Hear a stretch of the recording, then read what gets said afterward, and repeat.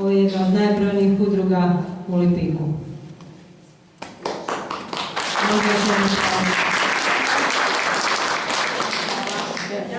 Zahvaljujem zajednici Italijana.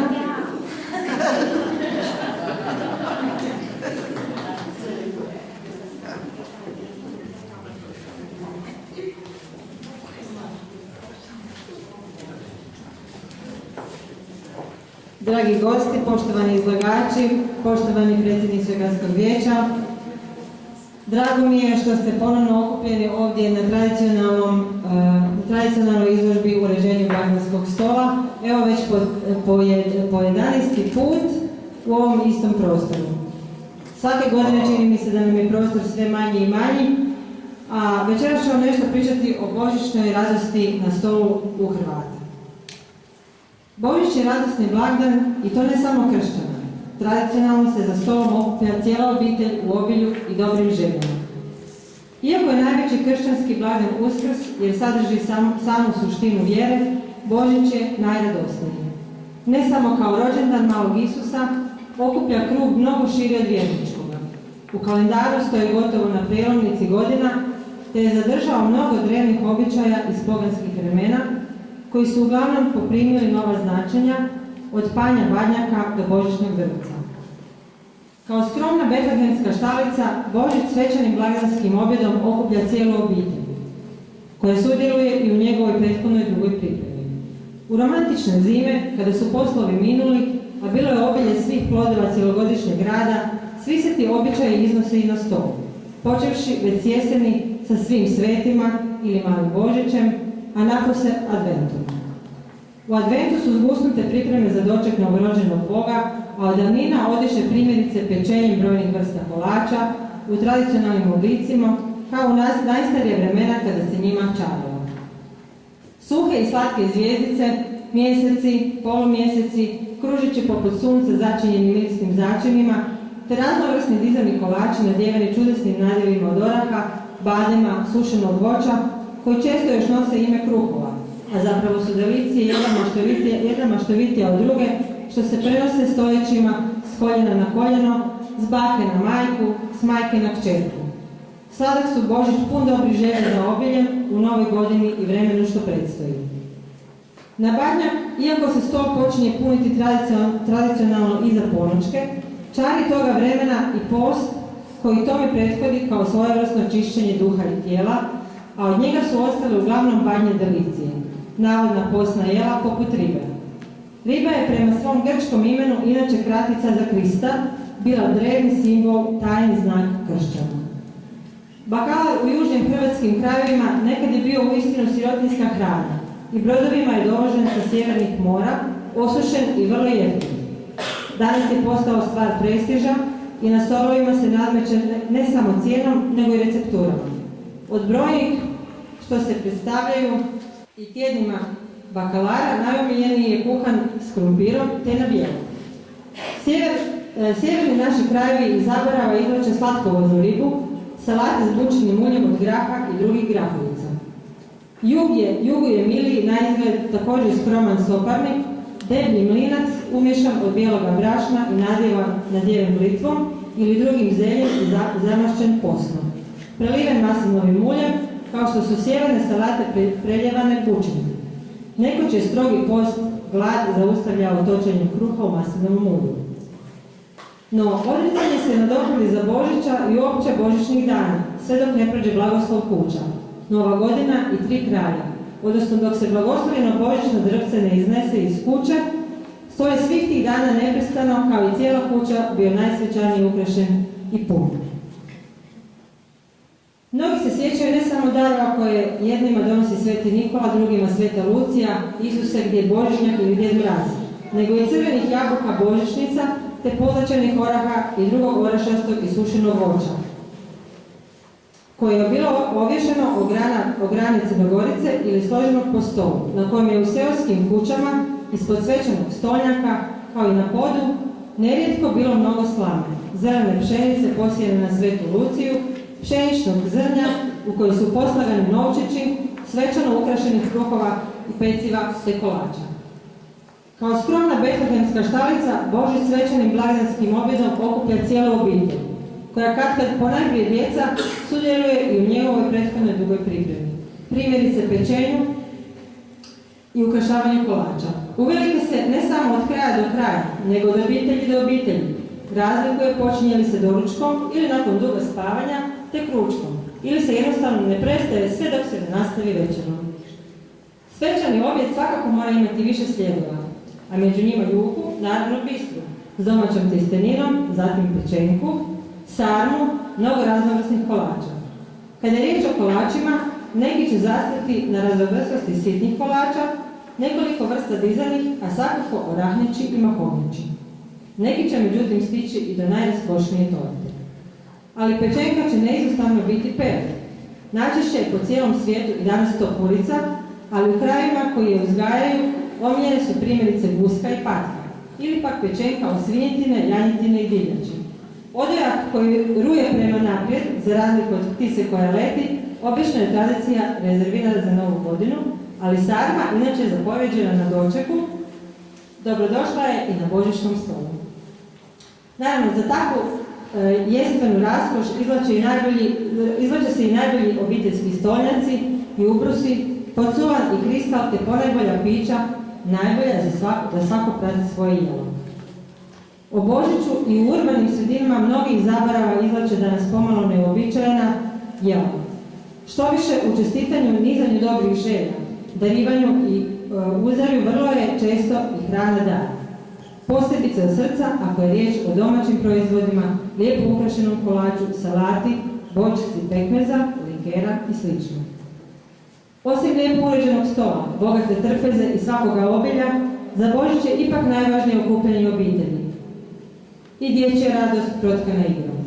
Uz ove maštovito uređene stolove želim zahvaliti svim izlagačima što nas svake godine obogate svojim modernim, šarmantnim i tradicionalnim prikazom Božića i zaželjeti svima vama puno dobrih želja povodom najradosnijeg blagdana u godini, to je Božić. Pozdravljam.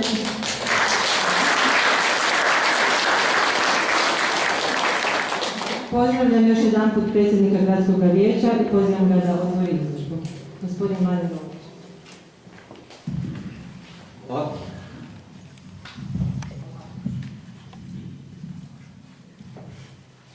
Hvala lijepo.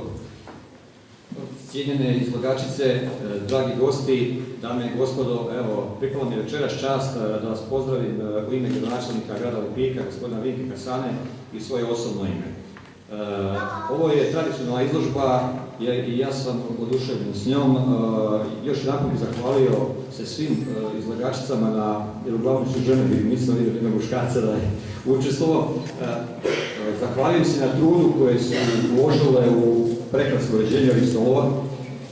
U današnje ovo moderno, brzo vrijeme života znamo da se obitelji jako rijetko okupe kompletne za zajedničkim stolom. Sad pred ove blagdane i Božić to je prilika i uglavnom to mi vjernici koristimo da se okupimo.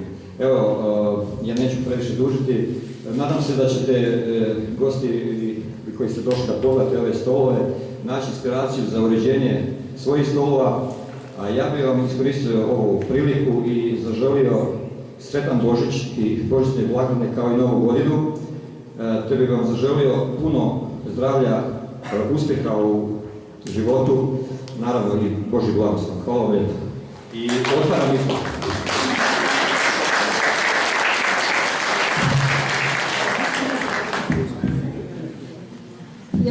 Ja ću prozvati sve izlagače, pa molim predstavnike da dođe ovdje u poklon.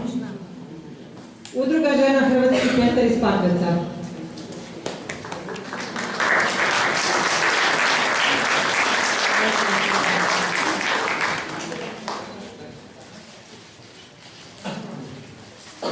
Gospođo Brkašić, oprostite jednu rečenicu. Ja se zahvaljujem na daru i mi smo svake godine, već 11. puta ovdje, već nemamo inspiracije za dalje. Evo, nastojati ovako. Hvala lijepo. Udruga žena Poljana.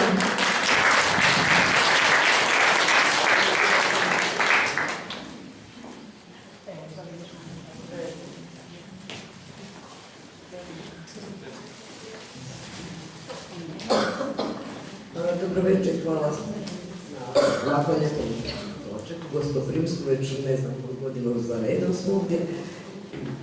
Ove godine nam je malo tema retro, malo današnji, nešto moderno, nešto starinski. Hvala vam lijepo.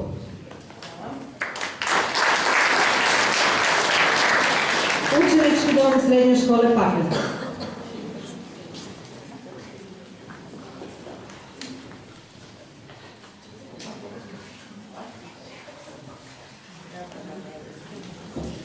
Hvala lijepo na pozivu, Jasni, ali danas nije pozvala, mi bi vjerojatno nju zvali, pa bi se opet odazvali, jer je ovo prilika da pokažemo jedan mali dio učeničkih radova na ovom stolu, a i naravno lijepu tradiciju nekega papira. Hvala vam.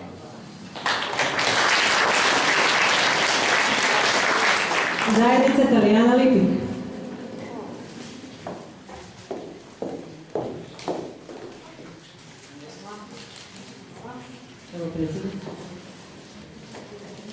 Mi smo prije 3 godine se uključili u ovu izložbu. Jasna nas je pozvala da se uključimo, ali nije možda računa na to da ćemo se mi sljedećih godina, svake godine sami pozvati da sudjelujemo. Mi smo inače do sad protekle 2 godine, naš stol je imao za temu tradicionalne talijanske boje. Ove godine smo se odlučili da se malo prikažem u modernijem stilu. Ja vam u ime zajednice Talijana Lipika svima koristim priliku da vam čestitam Božić i uspješnu novu godinu. Hvala. Dječji vrtić Kockica. To su naši najmanji predstavnici.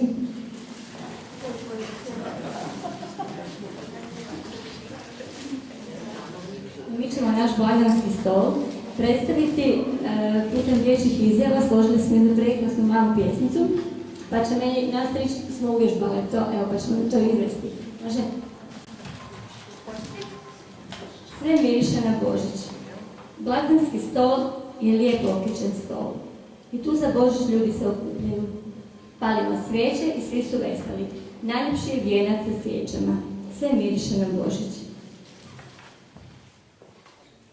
Blagdanski stol je lijep uređen stol. Jedni drugima daju poklone. To je prijateljski dan. Blagdanski stol je lijep stol i svi se družimo zajedno. Sve miriše na Božić. Blagdan je kao uređen stol. Kad prijatelji blagdanski stol i svijeće podsjećaju na božićno drvce, na darove, na božićnu večeru. Sve miriše na Božić.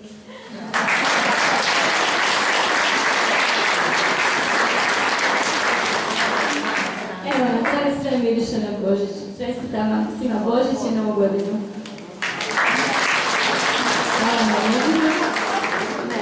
Anita Jurković i Veronika Prhova. One su po prvi puta ovdje kod nas, ali vi imate svoje tradicije. Hvala lijepo na pozivu i na poklonu. Kao što je Jasna rekla, Veronika, moja kolegica i ja smo ovdje prvi put i stol smo napravili najbolje kako smo znali.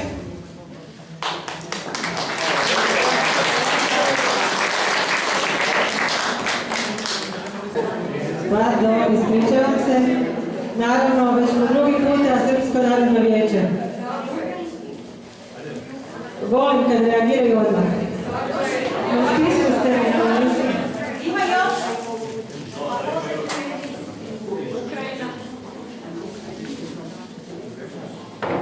Nešto sam preskočila. Dobro večer svima. Naš stol je tradicionalan. Nalazi se na njemu česnica u kojoj se nalazi novčić. Ko taj novčić dobije kad se lomi, taj će imati sreće cijele godine. zatim badnjak.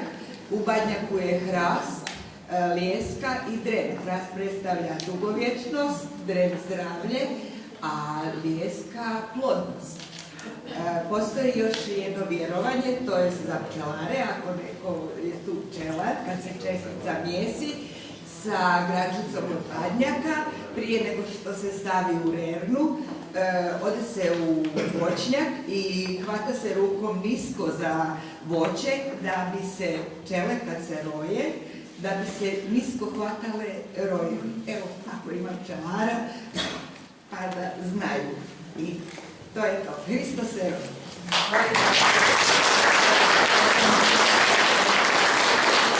Zaboravila sam moje manjine, zapamtit ću mi to. I naravno još jedna udruga Ukrajinsko-Hrvatskog prijateljstva.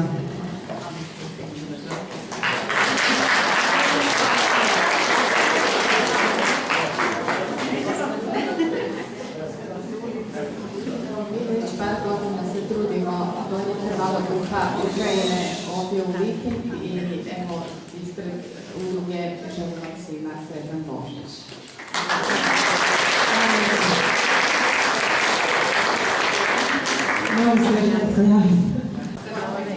I posljednji izlagač, suvenir Arbor iz Sirača.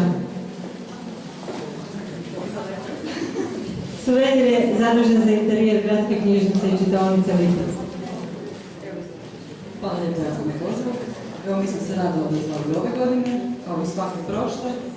I još mnoge poslije ćemo se rado odazvati. Sad tema našeg stola je kao i uvijek. Nešto staro, nešto toplo i nešto drveno. Koja smo mi drvna industrija. Sretan Božić.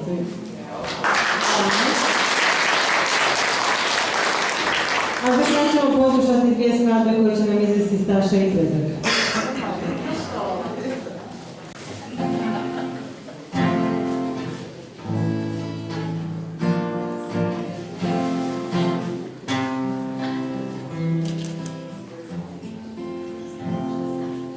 Bijeli Božić zasjao kao zlatni brijeg i u sobi ostao jer je vani snijeg.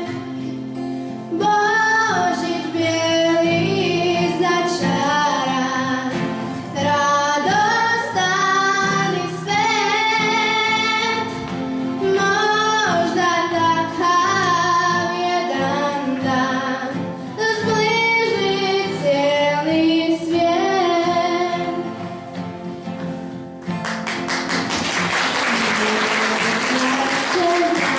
Sijati